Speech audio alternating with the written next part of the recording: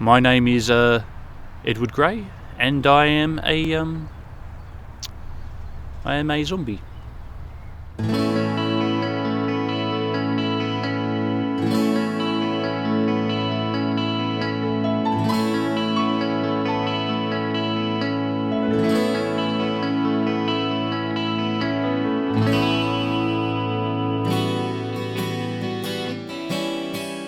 Yeah, first thing of the morning, I get up, dust off the tombstone, and I just have a regular morning like most other people. I brush my teeth, I make myself smell nice. I do a whole number of things. I put myself together first thing of the morning. Oh.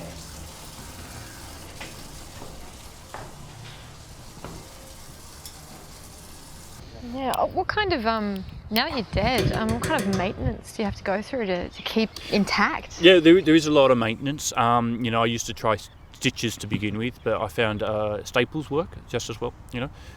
So say your leg falls off, we just pick it up and you staple it back on. That works, and I think that's important, because I think you've still got an image to maintain.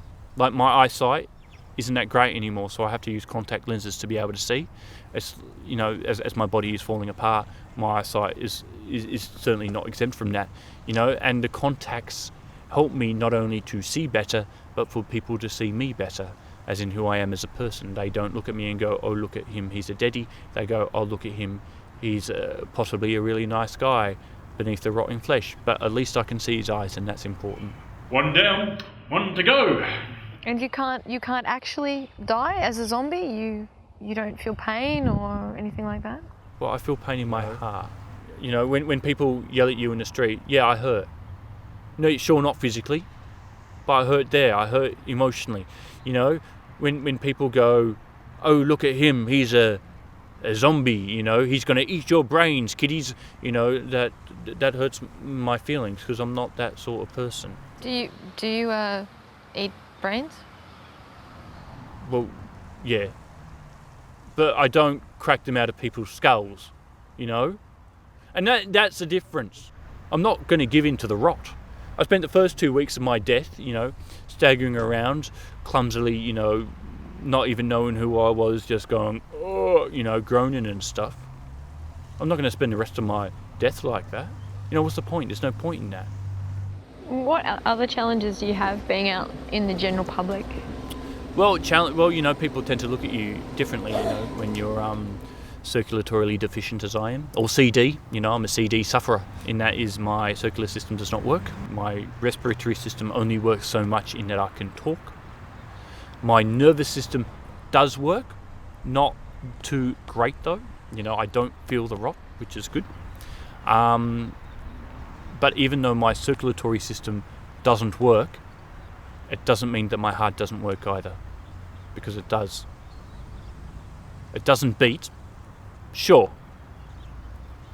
but I can still love, I can still feel, I can still know what it's like to hold a baby dove to my cheek and hear it go, "Coo,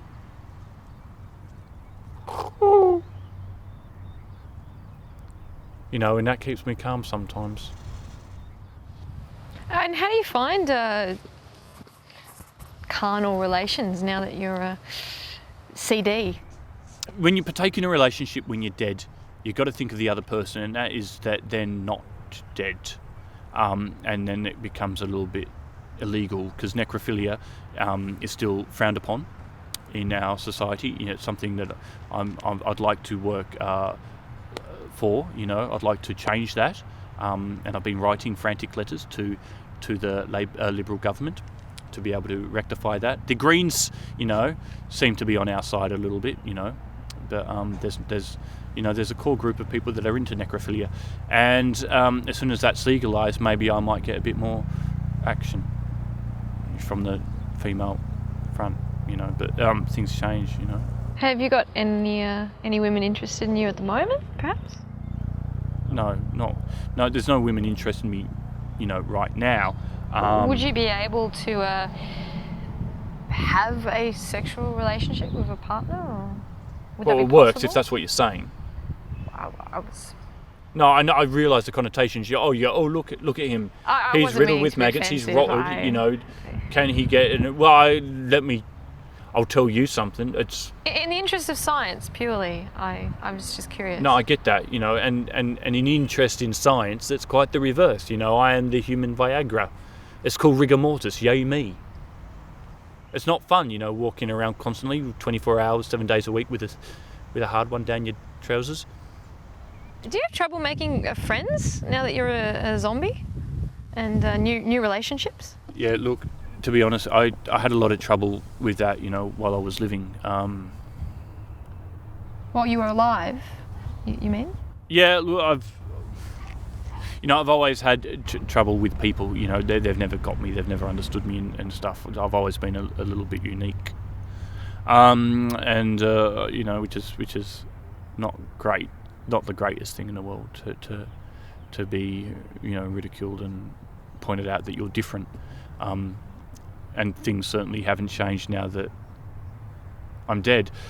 In fact, things I feel has gotten a lot worse since I've been dead.